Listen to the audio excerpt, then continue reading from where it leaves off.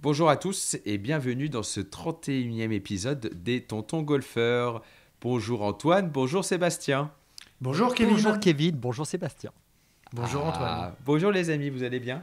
Ça Vous va êtes en bien et forme? vous? Toi, ouais, Eh toujours ben, quand super. je suis avec vous, toujours moi, je suis toujours. Oh là là là là, on arrive à attraper Seb entre deux tournois, c'est comme disent tout le monde, ses vacances de rêve en Afrique du Sud, maintenant il va en Inde. Oh là là, quelle belle vie quand Quand on est golfeur nous serons professionnel. diffusés, j'y serai en Inde, ouais. Tu vas te baigner dans le Gange, ça va être fabuleux. Nu dans le Gange à Mais- courir et à m'ouvrir spirituellement. Bon, alors justement, toi, tu as déjà repris les compétitions. Là, on est sur un épisode où on va partir pour ceux qui ont raté l'occasion de s'entraîner cet hiver et aussi pour ceux qui se sont entraînés sérieusement, comment être prêt pour ces premières compétitions qui arrivent.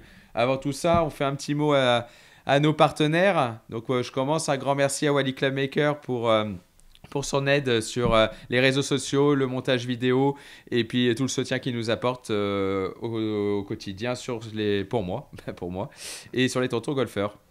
Un grand merci aussi à Golf Planet, qui est une application, un média digital, et qui a une application gratuite, tout comme un site internet gratuit sur lequel vous pouvez absolument retrouver toutes les différentes informations golfiques et bien évidemment les dernières nouvelles des tontons golfeurs aussi.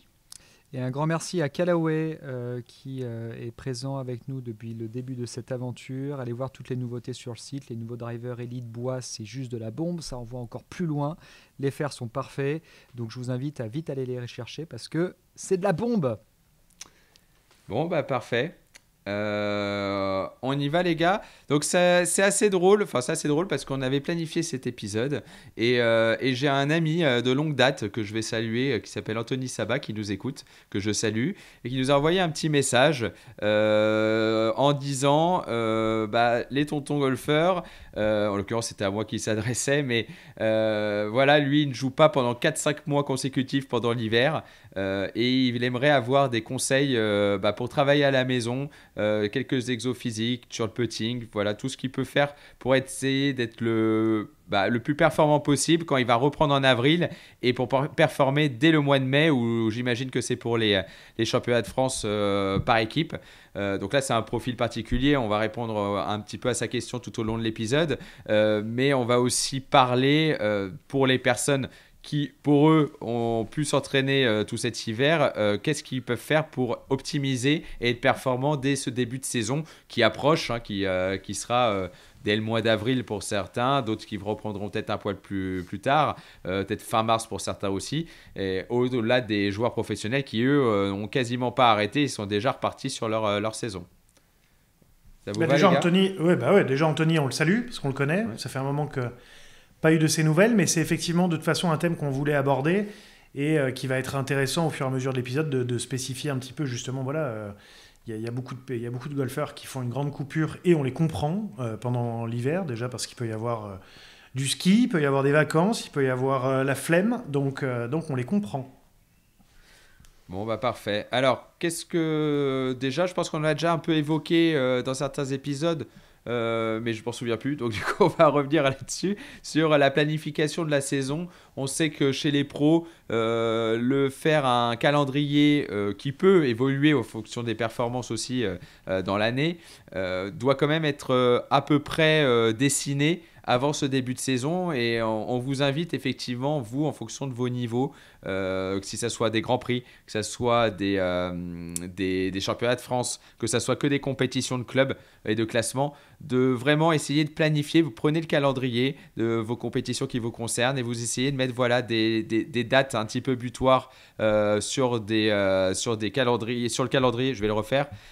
Vous prenez votre calendrier, vous mettez les week-ends ou les tournois importants pour vous, ceux qui sont peut-être où vous devez le plus performer pour pouvoir mettre des choses en place peut-être plus spécifiques sur ces tournois-là et les tournois que vous allez jouer. Donc peut-être mettre 1 ou 2 niveaux de compétition et d'importance pour vous. Est-ce que Seb, toi par exemple, c'est aussi quelque chose que tu regardes, d'avoir des pics de performance dans la saison, que tu privilégies certains gros tournois et tu sais que c'est là où il va falloir que tu sois encore plus performant et que tu mets quelque chose en place. Et qu'est-ce que tu mets en place, ou dans l'entraînement, ou dans le calendrier, mettre des semaines off ou pas, voilà, avant une échéance qui est plus importante pour toi, pour ta saison.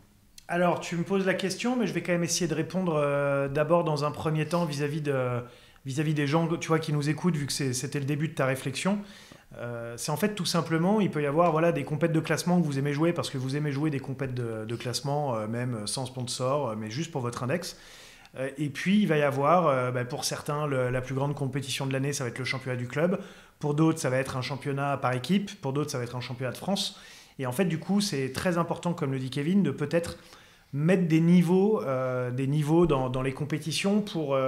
déjà, pour pas se mettre au fond du gouffre quand il y a des compétitions qui se passent pas bien, parce qu'on sait qu'on est sur une étape, sur des compétitions, on va dire un peu étapes, tout comme il peut y avoir des compétitions qu'on va peut-être un peu plus appeler des compétitions objectifs, et qui sont vraiment les moments là où on veut être prêt. Donc se servir en fait des autres compétitions pour pouvoir justement se jauger et voir là où on en est par rapport à la compétition objectif. Donc pour ensuite passer sur mon cas personnel, moi je joue un circuit assez atypique là où en fait toutes les semaines c'est les mêmes dotations. Donc toutes les compétitions quasi de février jusqu'à septembre sont au même nombre de points et et à la même dotation. Donc d'aller en sortir un ou deux ou trois un peu objectifs, c'est un petit peu compliqué. Par contre, ce qui est sûr, c'est que vu qu'une saison elle est longue, qu'on a on a peu de coupures et qu'il faut être en forme pour la fin d'année, parce que c'est que les 3 derniers tournois justement qui ont des dotations différentes et des points qui sont redistribués différemment. L'idée, c'est vraiment en fait d'arriver en forme et affûté sur la fin d'année. Donc ce qui n'est pas forcément une mince affaire parce que on voyage beaucoup, on a beaucoup de tournois. Donc c'est pas si évident que ça d'arriver en pleine forme en fin d'année. Donc ça va être effectivement après du coup comment arriver, ça va être une espèce de rétro-planning un petit peu de comment arriver en forme au début du mois de novembre avec la finale qui se joue à Majorque. Et c'est en étant en forme en Chine les 2 semaines d'avant. Ok, comment je fais pour être en forme sur ce gap un peu de 3-4 semaines? Ça va être d'organiser mon calendrier de telle sorte à ce que j'arrive avec suffisamment de tournois joués pour avoir suffisamment d'opportunités de marquer des points, mais aussi en ayant suffisamment de temps de repos entre les compétitions pour pouvoir être en forme et marquer des points. Donc, pour un petit peu arriver du coup moi sur mon planning de saison, mine de rien, oui, j'ai pas 75 ans, mais j'ai plus 20 ans non plus. Donc moi, les blocs de 4 semaines de tournoi commencent à être compliqués à gérer physiquement et on va dire psychologiquement. Donc pour essayer d'être le plus performant possible sur les tournois déjà, alors que quand j'étais plus jeune, je pouvais de temps en temps en faire 5 ou 6 d'affilée. Cette année, mis à part sur les 4 premières semaines que j'ai fait en Afrique du Sud, normalement, je n'aurai plus de blocs de 4 tournois, mais seulement des blocs de 3 semaines maximum, avec 1 à 2 semaines de break entre. Ce qui ne me fait pas sauter tant de tournois que ça sur l'année, mais c'est surtout pour avoir un côté frais, aussi bien mentalement que physiquement, tout au long de l'année, dans cette idée d'être le plus performant possible quand arrive le mois d'octobre et le mois de novembre, vu que moi, c'est là où sont mes échéances couperettes, on va dire. Et qu'est-ce qu'on peut donner comme conseil une fois qu'ils ont fait leur calendrier? Est-ce que mettre des compétitions, alors toi, effectivement, il n'y a pas de niveau de compétition, c'est souvent le cas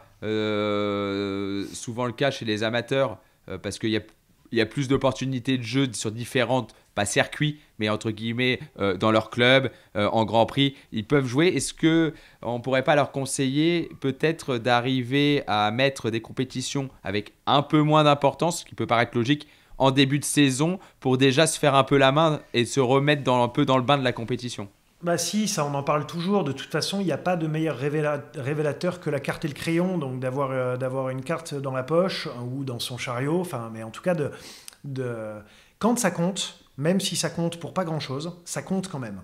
Donc même si vous aviez les moyens et que vous décidiez de jouer avec un copain 1 000 € du point d'écart, même ça, alors que c'est beaucoup d'argent, c'est une autre forme de pression. C'est pas la forme de pression de je joue avec ma carte et mon crayon et je suis face à moi-même pour faire la meilleure carte possible. Donc, moi, je suis très, très partisan de jouer des compétitions, même si ce n'est pas les compétitions qu'on vise, dans lesquelles on met le plus haut niveau d'attente, on va dire. pour se jauger en fait, pour voir comment est-ce qu'on réagit avec cette carte escrion. Parce que le golf, c'est quand même ça qui est absolument génial, c'est en fait de sans cesse essayer d'apprendre à se connaître sous pression, comment est-ce qu'on se sent, comment est-ce qu'on a évolué, comment est-ce qu'on n'a pas évolué. Et justement, c'est avec une carte de score, donc sur potentiellement, comme tu dis, des compétitions peut-être de moindre importance au début. Pour quelqu'un qui fait des grands prix, c'est peut-être juste des compétitions de club. Pour quelqu'un qui fait des compétitions de club, c'est peut-être juste des petites compètes de classement qui n'ont pas de sponsor, qui n'ont rien, qui n'ont pas d'importance particulière.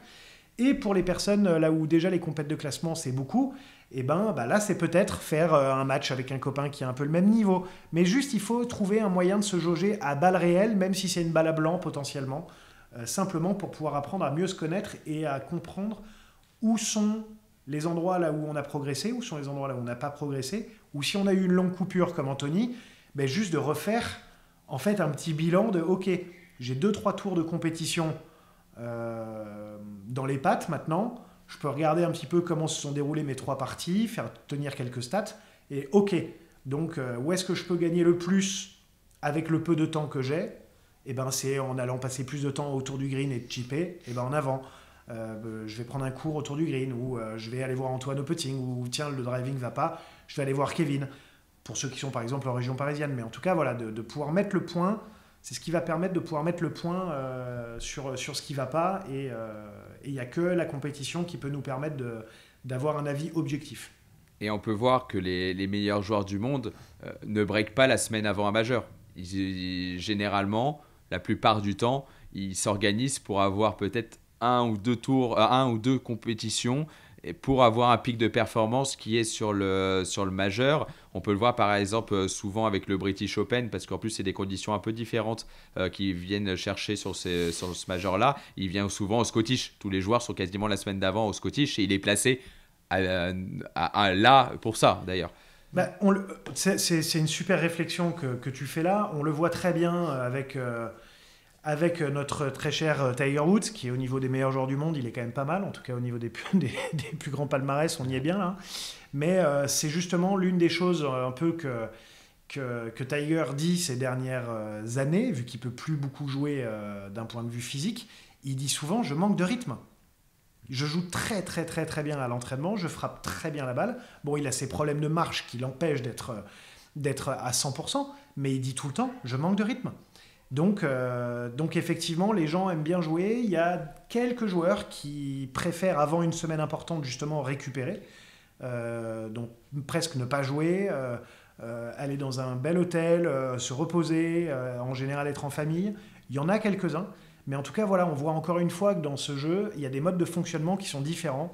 Et il est très rare, comme tu le dis bien, sur un British Open, de voir quelqu'un débarquer au British en n'ayant pas joué en Europe ou sur des parcours type British en compétition, je ne parle pas en entraînement, mais en compétition, et qui performe pour autant. Il y en a pas tant que ça. Il y a toujours des contre-exemples dans ce jeu, mais il n'y en a pas tant que ça. Donc c'est très important, ces tirs à balles réelles, mais qui sont moins objectifs que d'autres. Enfin, c'est moins les objectifs qu'on peut avoir sur ces compétitions-là. Ouais.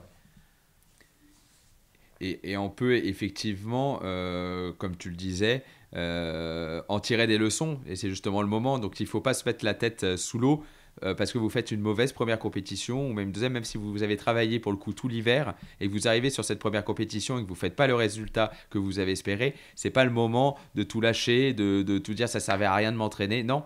C'est là où justement vous devez faire le point avec votre coach, faire quelques stats en fonction de votre niveau pour savoir un peu comment ça s'est déroulé, pourquoi ça a résulté sur un score qui n'était pas visé.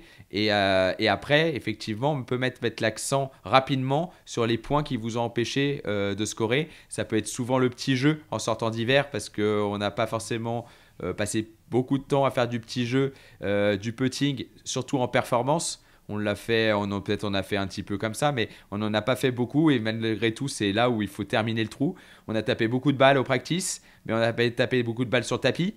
Donc on a peut-être plus les mêmes sensations quand on arrive sur le parcours. Les choix de club, en fonction de la saison, peut-être que quand on n'a pas joué et qu'on reprend et qu'il ne fait pas très beau, on n'a peut-être plus les mêmes repères au niveau distance, ou on en a pris pendant l'hiver. Donc tout ça, il faut se réajuster et c'est normal et c'est c'est assez rare d'arriver à performer très vite, très fort, surtout quand on a beaucoup travaillé, peut-être même moins quand on a beaucoup travaillé, c'est peut-être même quand on n'a aucune attente et qu'on n'a quasiment pas joué l'hiver, qu'on est capable de faire une meilleure journée parce qu'on n'a pas d'attente justement et qu'on fait ce qu'on sait faire, quoi. Ça, c'est un point hyper important, le niveau d'attente qui peut baisser justement quand on n'est pas entraîné et souvent on a de très bonnes surprises.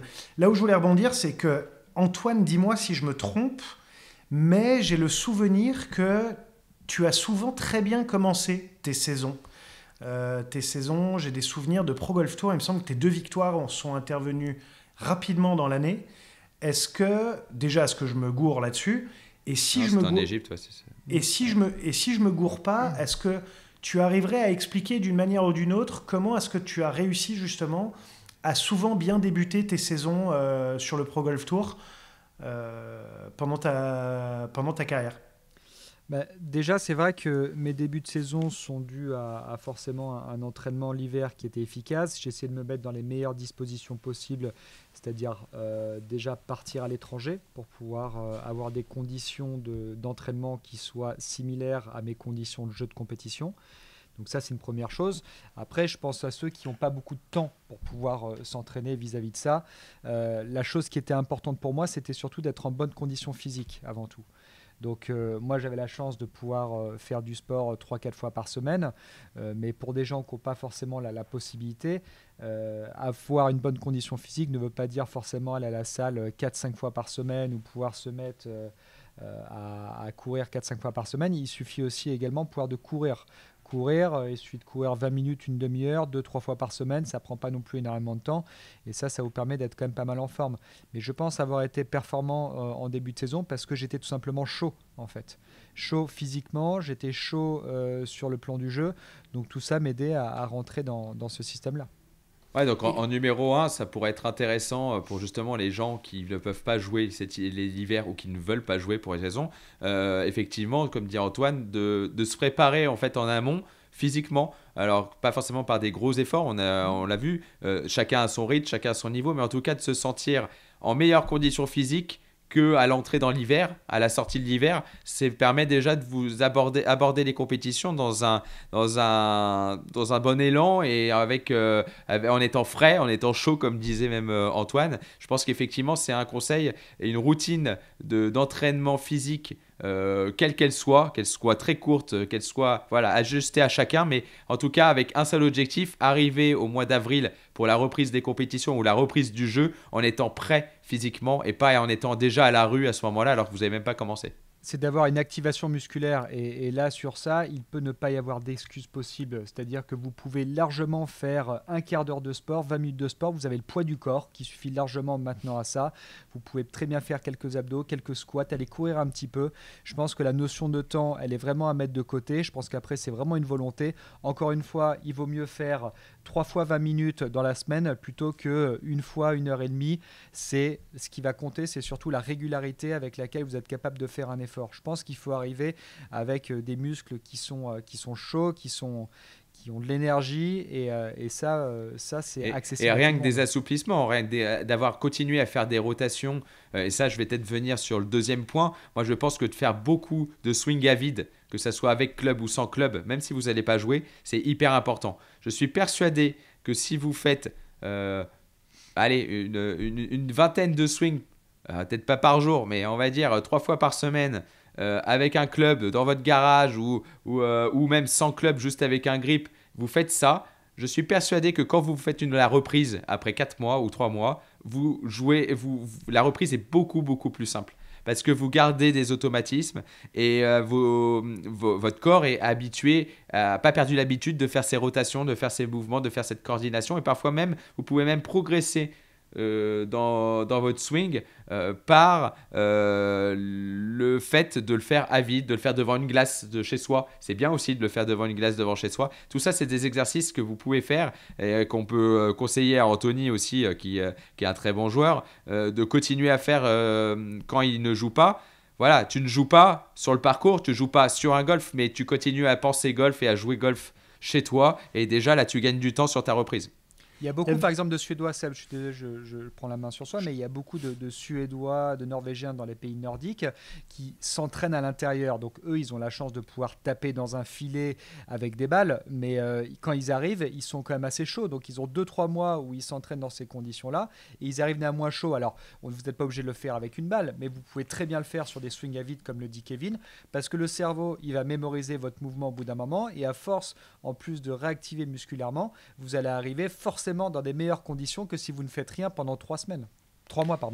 Et pour ceux qui sont complètement, on va dire, attaqués par le golf, comme on est nombreux quand même à être bien drogués et bien touchés par ce jeu, il y a aussi simplement le fait de aussi se visualiser en train de jouer, en fait, se visualiser en train de, allez tiens, dehors, je dis n'importe quoi, dehors il neige, et je ferme les yeux et je m'imagine, peut-être même en ayant déneigé le tapis, mais je m'imagine avoir déneigé mon tapis, et puis je m'imagine poser la balle, et puis là je vais faire des coups d'essai, et en ce moment je travaille ça avec mon coach, donc maintenant du coup je fais attention à ça, là je me vois, ok, le club je le pose bien, et puis ensuite maintenant je fais la rotation, clac, ok, super, coup d'essai bien fait, maintenant tac, je le tape, et rien que de visualiser, c'est quelque chose que j'ai essayé de faire souvent plus jeune, parce que je me suis souvent blessé, et je le faisais blessé, et j'ai réussi à faire passer certaines choses techniquement, même en ne jouant pas et en étant blessé.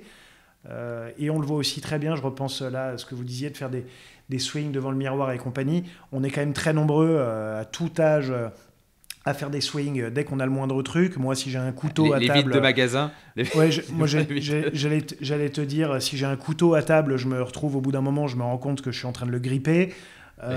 Et puis, j'ai eu ma mère, il n'y a pas si longtemps que ça, qui m'en a parlé. Limite, dans le rayon fruits et légumes... au supermarché, je pouvais me retrouver à prendre un poireau et à faire des swings. Donc, mais en fait, on le fait tous beaucoup. Et en fait, en le faisant consciemment et en essayant d'aller chercher quelque chose, il n'y a pas besoin d'en faire 2 heures par jour pour nous aider à progresser. C'est juste de garder un contact qui peut être hyper nécessaire pendant cette période hivernale ou entre la dernière et la première compète qu'on a. Et que ça permet de bien combler tout ça, en fait.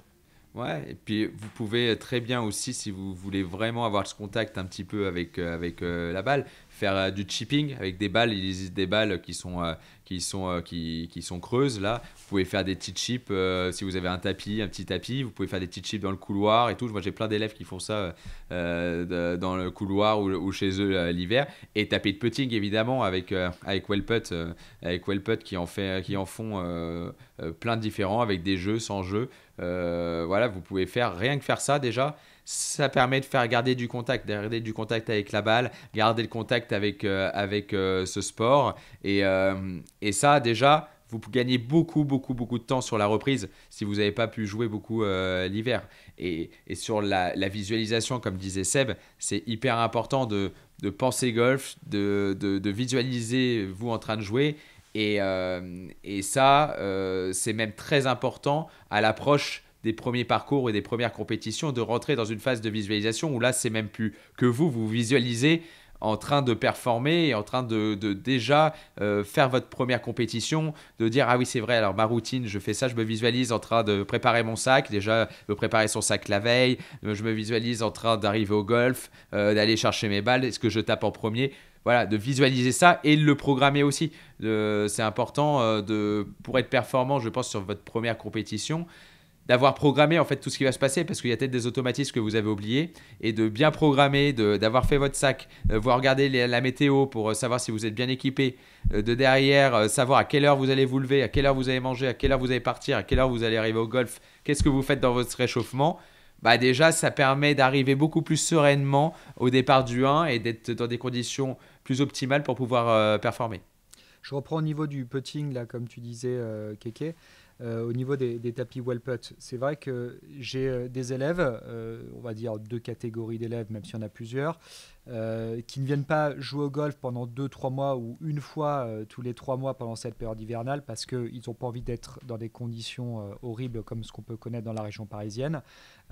Et donc, il y a certaines personnes qui ne s'entraînent pas du tout pendant 1 mois, pendant 3 mois, et il y a d'autres personnes qui ont des tapis Wellput, donc ces grands tapis chez eux, avec un autre outil, par exemple, qui s'appelle le Wellvision de chez Wellput, qui permet de travailler la sortie de balle avec des billes, où ces personnes-là, en fond, ils m'ont dit, ouais, bah, c'est vrai que je ne suis pas beaucoup venu cet hiver, mais bon, tous les jours, je faisais 5-10 minutes de tapis avec ma petite plaque pour travailler ma sortie de balle, et c'est vrai que ça me faisait beaucoup de bien, et je vois une vraie différence avec un niveau égal entre ces personnes qui ont fait 5-10 minutes par jour, parfois quand ils étaient au bureau ou quand ils étaient chez eux, et des personnes qui arrivent après 3 mois sans avoir touché un putter, où là, effectivement, ça devient un peu plus compliqué parce qu'il y a des automatismes qui ont été gardés par rapport à la saison précédente, et donc du coup, c'est beaucoup plus simple ensuite de pouvoir intervenir, que ce soit sur des fondamentaux, grip, alignement, posture par rapport à ça. Donc, c'est pas une question forcément de quantité. Vous pouvez faire 5-10 minutes l'hiver, par exemple, au niveau du putting, et je peux vous assurer que ensuite, lorsque vous allez commencer à reprendre le parcours ou reprendre des cours, si vous voulez, à avoir beaucoup plus de facilité dans tout ça. C'est hyper, c'est hyper vrai ce que tu dis. Moi, j'ai des élèves que j'ai vus en fin d'année, avec qui on a commencé un travail technique, et puis pour X raisons, pendant 2-3 mois, ils ont la flemme, ils viennent pas, et pourtant on avait commencé un travail technique. Puis bon, pour des niveaux de boulot, parfois familiaux, voilà, pour différentes raisons, ils viennent pas. Et ils reviennent 3 mois après, donc là au mois de mars, tu vois, par exemple. Et en fait, je suis hyper surpris, mais ils ont intégré les trucs qu'ils n'avaient pas intégrés avant l'hiver. Pourquoi? Parce qu'il me dit, bah, en fait, ouais, j'ai travaillé un petit peu devant ma glace, j'ai pensé à ce que tu m'as dit, et puis j'y ai pensé tous les jours, et puis j'ai commencé à réfléchir, à visualiser. Ils ne le disent pas forcément de cette façon-là, mais je suis visualisé en train de le faire. Et vraiment, vraiment, hein, vous serez surpris, ça fait passer parfois des éléments techniques qui sont très durs à faire passer en s'entraînant tous les jours dessus. Parfois, on est surpris, et à la reprise, bah, en fait, on reprend avec des nouvelles bases, avec quelques petits parasites en moins, et voilà, et parfois ça fait passer des petites choses, donc c'est pas forcément un mal forcément parfois de faire un petit break aussi à cette période-là. En fait, la balle peut parfois être un ennemi là où on cherche trop forcément à faire voler la balle correctement, alors qu'on essaye de faire passer un truc dans le corps. Même si vous savez, aussi bien vous qui nous écoutez que tous les deux, vous savez que pour moi, la seule vérité, c'est la balle. Mais de temps en temps, effectivement, il y a besoin de faire quelque chose, de faire bouger le corps ou bouger le club différemment pour produire sur le long terme une meilleure trajectoire de balle. Dans ces cas-là, le faire avec une balle, on va être trop influencé par le résultat de la trajectoire. Et du coup, ça peut nous empêcher de faire le bon mouvement. Donc, de faire ce bon mouvement sans mettre une exigence de balle, simplement dans du ressenti, peut-être, comme on disait, dans son couloir ou dans sa chambre ou devant une glace ou quoi que ce soit, peut nous permettre de « Oh, c'est bon, tiens, j'ai trouvé une sensation dans le corps et je continue à le faire peut-être pendant encore 1 ou 2 semaines ou 3 semaines ou 4 semaines si je peux vraiment pas aller au golf. » Et en fait, ça nous permet de trouver ce truc-là. Hop, quand on revient au golf, « Oh, mais ça y est, en fait, je l'ai trouvé. » Et pouf, le corps a bougé de la bonne manière et on a déjà passé les mauvaises heures en fait avec les mauvaises sensations chez soi. Ce qui fait que quand on arrive au golf, la sensation, on se l'est déjà appropriée et du coup, ça se retranscrit dans la balle.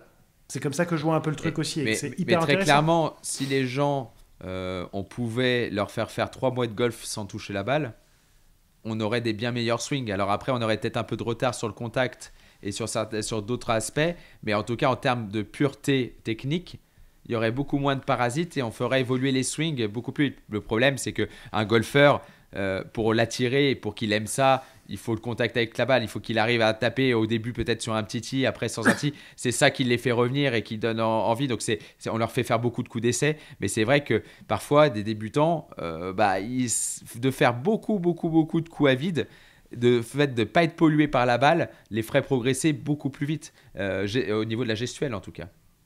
Ouais, et malheureusement, c'est dur à convaincre quelqu'un de faire ça. Donc là, on a abordé un petit peu toutes les différentes façons de devenir, d'être d'être prêt à reprendre le golf en avril. Reprenez pas non plus le jour de la compétition. Essayez de revenir, d'aller quand même jouer, faire quelques parties avant. Effectivement, comme disait Seb, d'avoir un niveau, déjà de refaire des parties, de faire des parties sous pression où vous fixez quelques objectifs, où vous avez une carte dans la poche, toutes ces choses-là qui vont vous permettre d'être le mieux possible préparé pour votre première compétition ou pour les grosses échéances qui arrivent en début de saison. Et aussi préparer en partie l'hiver, si vous savez sur quel parcours vous allez pouvoir faire vos premières compétitions ou les grosses compétitions, vous pouvez aller vous intéresser. Alors, soit vous avez le carnet de parcours, soit vous pouvez aller regarder sur Google Earth pour les plus courageux. Il y a des applications maintenant où tu as tous les détails des trous. Vous pouvez aller visualiser, et si vous le connaissez déjà, visualiser. Voilà, qu'est-ce que je fais sur quel trou numéro 1, trou numéro 2. Et si vous faites ça régulièrement tout l'hiver, vous allez voir que quand vous allez arriver au trou numéro 1 de ce parcours, vous aurez l'impression que vous l'avez joué quand même tout l'hiver, alors vous ne l'avez pas joué. Et ça, c'est des choses sympas à faire pour vous sentir que vous progressez, que vous vous préparez au maximum sans pouvoir le faire physiquement.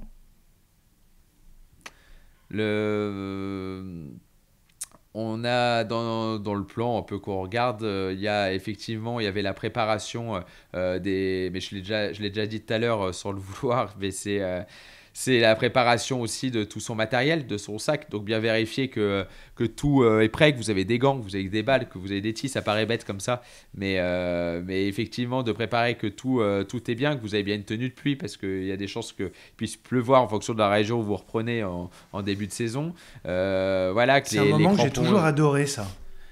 La préparation du sac la veille. Tu sais, quand on était gamin, moi je mettais même tous les clubs dans l'évier de la cuisine ou dans le lavabo de la salle de bain pour les gratter, les laver, tout parfait, les shafts, je nettoyais tout, je mettais tout ce qu'il fallait bien dans le sac et compagnie.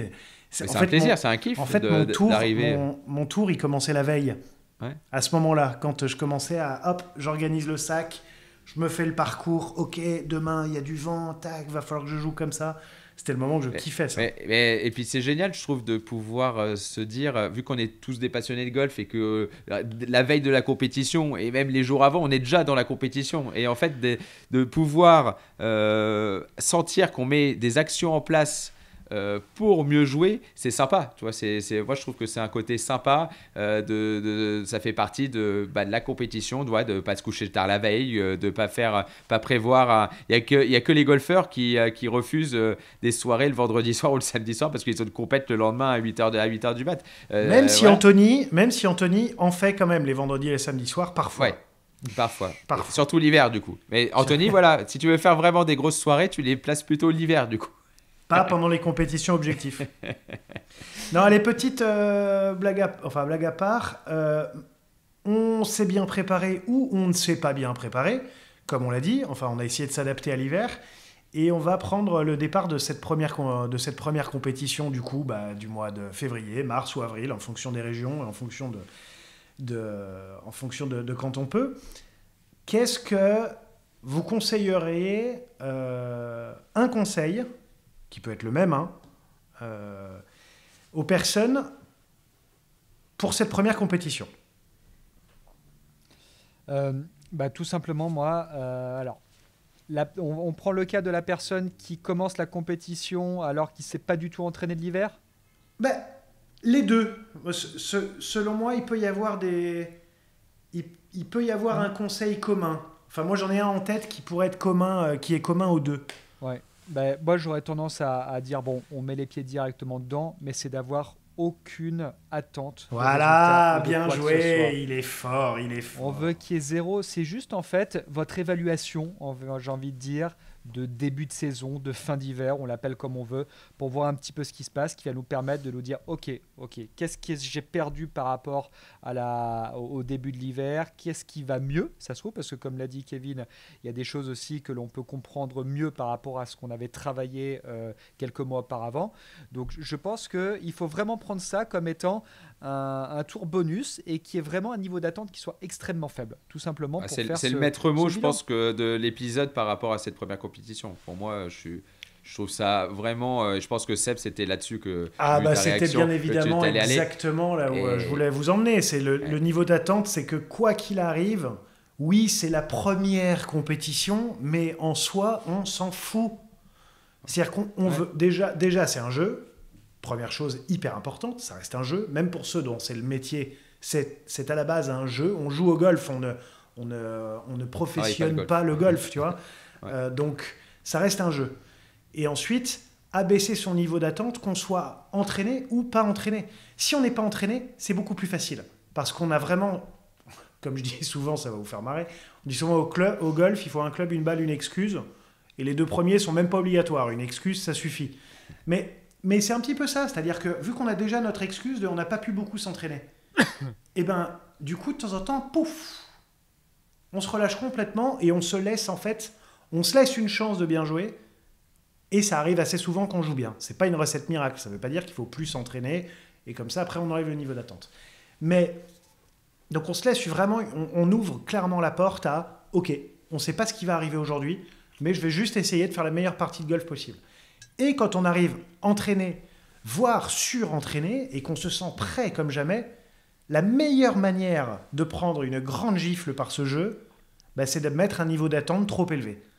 Donc que ça soit la première, la 12e, la 20e compétition de l'année ou une compétition objectif, ce qui va tout changer, ça va être le rapport qu'on a à cette compétition. C'est-à-dire justement la redescente de son piédestal, la redescente de ce qu'elle représente, et que cela ne reste qu'une partie de golf. Donc ça ne reste que 18 trous, et que la seule chose que vous allez faire ce jour-là, c'est taper un espèce de bout de gomme au milieu d'un champ en essayant de la foutre dans un petit trou.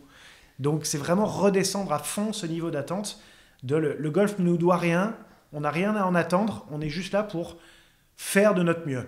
Je voudrais faire un petit témoignage par rapport à ça, parce qu'on a eu les championnats du club qui ont eu lieu là, il n'y a pas très longtemps. Et j'ai un de mes élèves que je n'avais pas vu depuis 3 mois, qui n'a pas joué au golf, donc pour diverses raisons. C'est pas qu'il ne pouvait pas s'entraîner, mais il ne pouvait pas venir au golf tout simplement. Et pas par volonté par rapport au temps, mais autre problème.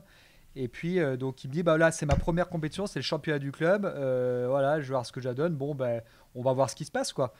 Et il fait une carte, il fait, je crois, 77, alors qu'il est classé 12 d'index. Donc déjà, il est venu me voir après, il m'a envoyé, il me dit, génial, je m'attendais pas du tout à faire ça et tout. Je dis, génial, écoute, fais-toi plaisir demain, tu vois, on verra bien ce qui se passe.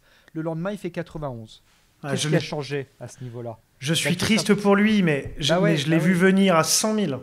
Voilà, et je veux pas, tout simplement, il me dit, c'est la dure loi du golf, je me suis pas entraîné cet hiver. Je lui dis, oui, tu t'es pas entraîné cet hiver, mais je pense que du coup, le deuxième jour, ton niveau d'exigence a été plus élevé par rapport au premier jour où tu n'avais aucune attente, comme tu m'as dit, 1h30 avant le départ, on verra bien ce qui se passe, et puis voilà. Donc ça prouve vraiment que mentalement, c'est vraiment ce qui a pris le dessus par rapport au reste. Et donc, fixez-vous vraiment des objectifs avant la partie qui sont dans la mise en place de certaines choses. On dit souvent les objectifs de moyens, mais là, encore plus pour cette première compétition, ce n'est pas le résultat. Parce que vous n'êtes pas dans les conditions pour le mieux performer. Vous êtes dans les conditions pour venir vous jauger. Donc, les objectifs, c'est mettre en place de façon minutieuse ce que vous avez travaillé l'hiver, si vous l'avez travaillé, d'essayer d'amener sur le parcours, de vous jauger si vous êtes prêt en compétition à pouvoir le faire, de voir qu'est-ce qui doit être perfectionné pour pouvoir le faire, et surtout pas le résultat. Et je m'adresse surtout aux gens, parce que je pense que c'est plus dur dans ce sens-là pour ceux qui se sont beaucoup entraînés, qui ont mis beaucoup d'efforts et qui ne sont pas, entre guillemets, récompensés, même si t'as pas, normalement tu dois pas être récompensé au jeu, malheureusement c'est pas à la méritocratie, mais c'est plus heureux que c'est le plus dur, parce que s'ils prennent une claque, ça peut vraiment les démotiver et leur donner envie de plus s'entraîner. Et souvent, t'as le pote d'à côté qui te met une fessée, j'allais dire, mais qui te met 10 coups alors qu'il s'est pas entraîné de l'hiver et qui rigole avec son sourire niais après la partie en train de boire une bière et dit « Oh, dis donc, heureusement que tu t'es entraîné tout l'hiver !» Et ça te tue le moral et t'as plus envie de jouer, t'as plus envie de t'entraîner. Donc ça, vraiment, soyez forts. Les efforts que vous faites l'hiver, alors peut-être que vous n'êtes pas entraîné de la bonne façon, en tout cas vous avez mis de l'envie et c'est le plus important. Après, il va falloir le faire de la bonne façon et en tout cas de mieux gérer vos attentes pour arriver à performer petit à petit, mais en tout cas, ce n'est pas du travail qui sert à rien. Oui, et puis de toute façon, on peut pas se juger ou se jauger sur une compétition ou sur 4 compétitions. On peut tirer des conclusions, des axes de progression.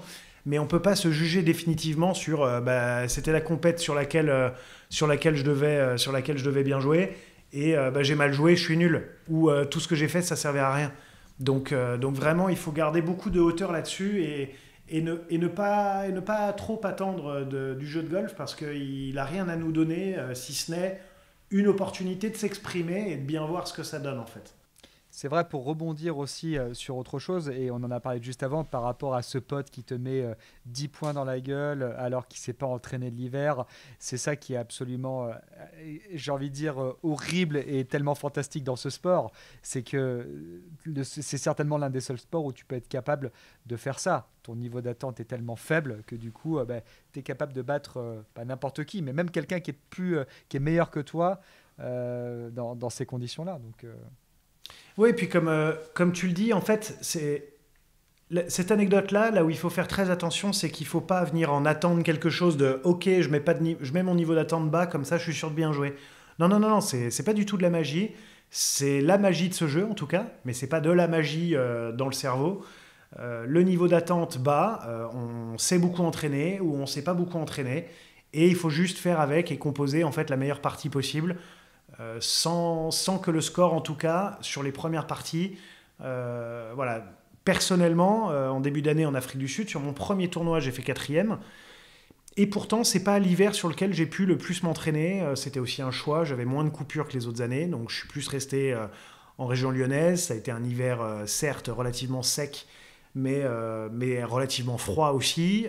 J'ai un peu moins mis le nez dehors que d'habitude, vu que il est vrai que normalement, je suis quelqu'un qui abat pas mal de quantité aussi à l'entraînement et j'en ai profité pour faire du putting en intérieur, pour taper des balles en intérieur, mais être un peu moins connecté au jeu de golf. Et il est possible que cette première semaine, justement, elle soit explicable par un niveau d'attente et un niveau d'exigence avec moi-même qui était plus bas, qui faisait que quand je tapais des coups moyens, je les trouvais pas si moyens que ça, je les trouvais plutôt pas si mal en fait. Et puis quand je tapais un bon coup, j'étais émerveillé d'avoir pu taper un aussi bon coup. Et puis quand je tapais un mauvais coup, voire un très mauvais coup, je me disais, c'est pas bien grave. Et puis j'avais un peu une raison, enfin pas une raison ni une excuse, mais j'avais une explication. Je me suis un petit peu moins entraîné. J'avais aussi, j'ai changé d'équipementier, donc il fallait que je prenne des réglages aussi et compagnie avec les clubs. Et du coup, en fait, ça m'a permis de passer une semaine beaucoup plus douce avec moi-même, justement, sur le niveau d'attente. Et je suis quasi sûr que ça explique aussi quand même en grande partie la bonne semaine que j'ai pu faire. Et on voit souvent des mecs revenir après des blessures et compagnie, très très bien joué. Un peu l'exemple que tu donnais pendant 1 ou 2 jours, et après ça freine. Et ça freine pas parce que tout d'un coup ils ont la pression ou tout d'un coup ils sont fatigués. Non, c'est juste que c'est les niveaux d'attente et le niveau d'exigence qui changent et qui fait qu'on peut passer de 2 très bons jours à 2 jours moyens, voire 2 mauvais jours. Et inversement aussi, j'en ai été l'exemple il n'y a pas très très longtemps avec mon petit enchaînement 80-60.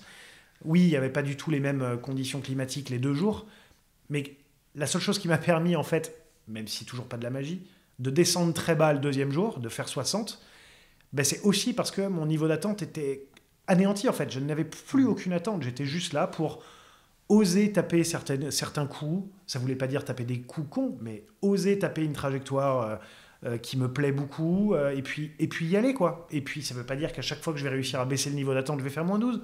C'est juste ce coup-ci, c'est passé. Et peut-être que le premier jour, je savais qu'il allait y avoir du vent l'après-midi, que je commençais par la partie difficile du parcours, et que j'ai peut-être mis le niveau d'exigence un poil élevé en me disant que si je commençais bien justement, pouf, ça me permettrait d'enclencher la partie et d'enclencher le tournoi. Et au final, j'ai pris une gifle, et le lendemain, à l'opposé, niveau d'attente faible, voire proche du néant, et les choses, elles se sont mises à cliquer dans le bon sens. Yeah, your mindset was good, mate. Was very good. We liked it. We liked it all right. Donc voilà, je crois qu'on peut un petit peu finir là-dessus avec tous les différents tips qu'on a pu donner pendant l'épisode de comment justement être productif dans l'hiver. On a fait des épisodes entiers sur comment être productif en s'entraînant. Et je pense que dans cet épisode, on a réussi à donner des clés pour justement pouvoir être performant sans forcément pouvoir être en extérieur, taper une balle avec un club et voir la balle voler. Plus ce niveau d'attente dont on parlait. Voilà, il faut savoir que pour être en forme, il faut qu'il y ait un niveau mental qui soit bon, un niveau golfique, du moins une forme golfique qui soit OK, et une forme physique qui soit bonne. Donc la forme physique, vous pouvez l'avoir juste en faisant un petit peu de sport, pas besoin de vous déchirer aussi pendant des heures toute la semaine, encore une fois. Courir un tout petit peu, faire quelques abdos, faire quelques squats pour rester dynamique, ça suffit largement. Au niveau du mental, tout ce qui est mindset, comme tu viens d'en parler, c'est que dès que vous arrivez à la compétition, baissez votre niveau d'exigence juste pour jouer vraiment à la cool. Vous êtes là pour retester, revoir, évaluer ce qui se passe. Et après, sur le plan golfique, rien ne vous empêche, comme tu dis, de prendre votre poireau et faire quelques swings pour pouvoir ressentir un petit peu ce qui se passe, tout simplement. Non, mais on parle du légume, hein. Oui, voilà.